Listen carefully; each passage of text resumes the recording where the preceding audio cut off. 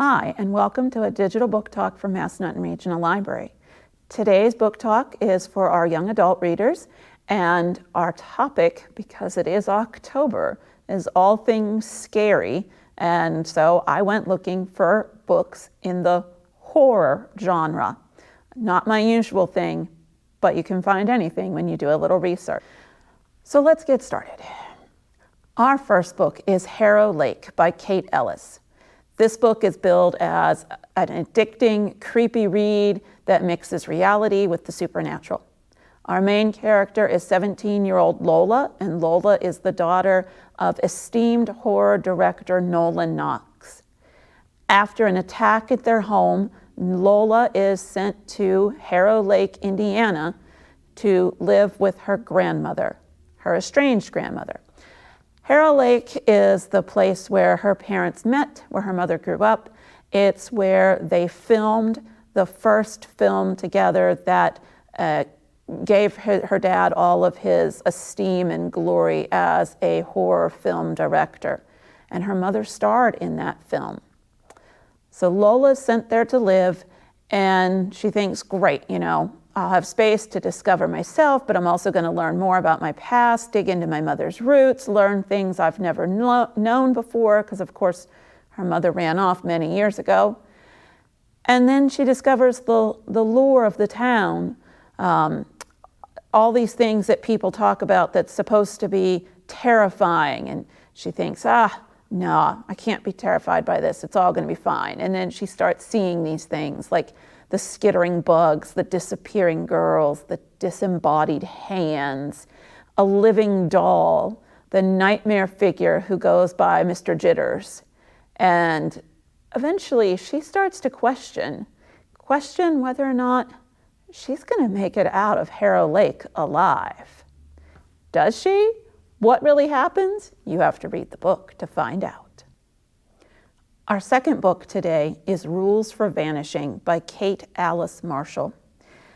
This one is done in a faux documentary style like the Blair Witch Project. So it includes a collection of interviews, handwritten recollections, transcripts from cell phone videos, those sorts of things. According to local legend, Sarah's sister, Becca, was not the first girl in their Massachusetts town to go missing. In 1953, Lucy Gallows disappeared in the forest. On the anniversary of her disappearance, legend says the road she walked reappears, and if you find it, you can find her. Now, that anniversary is also the anniversary of Becca's disappearance, because Becca was really fond of trying to find Lucy. And Becca's been gone a year, and now it's Sarah's turn. So the road appears for Sarah with mysterious riddle-like instructions. Sarah is going to have to rely on some friends that she alienated previously to help her find her sister Becca. But what waits for them in this eerie world is hungry and dark. The road does not like to leave survivors behind, and some of the characters are willing to tempt fate, but when they do, the consequences of mistakes made on the path will soon turn deadly. Who makes it out, and who does the path consume? You'll have to read Rules for Vanishing to find out. Our third book today is The Replacement by Brenna Yovanoff. In this book, our main character is Mackie Doyle, and Mackie lives in Gentry, a small town that owes its history of good fortune to an uneasy relationship with the supernatural underground dwellers who protect them. Their price? Merely an annual human sacrifice, which they take in the form of a stolen baby, and then they leave behind a fragile, non-human replacement. Mackie is just such one of those replacements. He has lived to be a teenager, which is unusual, but now he's going to need a drug from these underground dwellers to help him continue to survive. In the meantime, They've come and they've taken their annual sacrifice. They've taken another baby. And there are some people in town who aren't very happy about that and are plotting to rescue that child. Will Mackie survive? Will the other baby be brought back?